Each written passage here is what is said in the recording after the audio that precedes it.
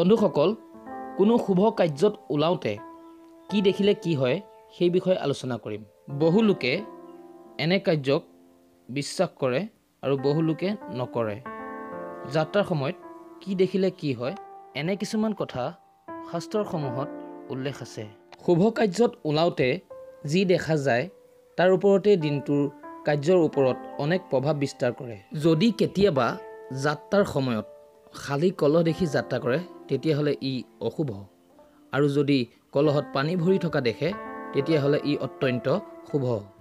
২ নম্বৰতে, যদি কোনো কাৰ্যত ওলাওঁতে আপোনাৰ আগত আহি কোনো পক্ষী বহি শান্ত মনে আপোনালৈ চাই থকা দেখে তেতিয়াহ'লে ই সেই কাৰ্যৰ সফলতা লাভ হোৱাটো বুজায়।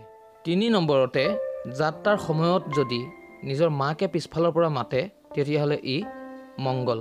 ৪ নম্বৰতে, যাত্ৰাৰ সময়ত যদি কোনো শুভ বিবাহ দেখে তেতিয়াহ'লে ই শুভ।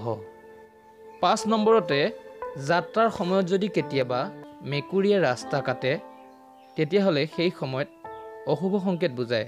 গতিকে কিছু সময় ৰৈ তাৰ পাছত গুচি গ'লে সেই অশুভ সময় দূৰ হৈ যায়।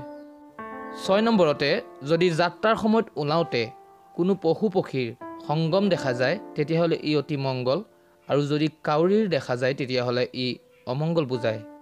৭ নম্বৰতে, যাত্ৰাৰ সময়ত যদি কোনো পূজাৰীয়ে আপোনাক প্ৰসাদ দিছে তেতিয়াহ'লে ইয়াৰ ফল অতি শুভ হয়।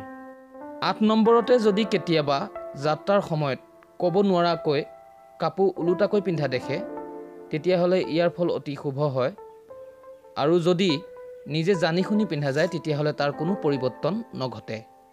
বন্ধুসকল, আজিলৈ যাত্ৰাৰ সময়ত কি দেখিলে বা কি কৰিলে কি হয়, কি শুভ আৰু কি অশুভ ফল হয়, ইয়াৰ বিষয়ে ইমানকে কৈ মই মোৰ চেনেলৰ পৰা বিদায় লৈছোঁ।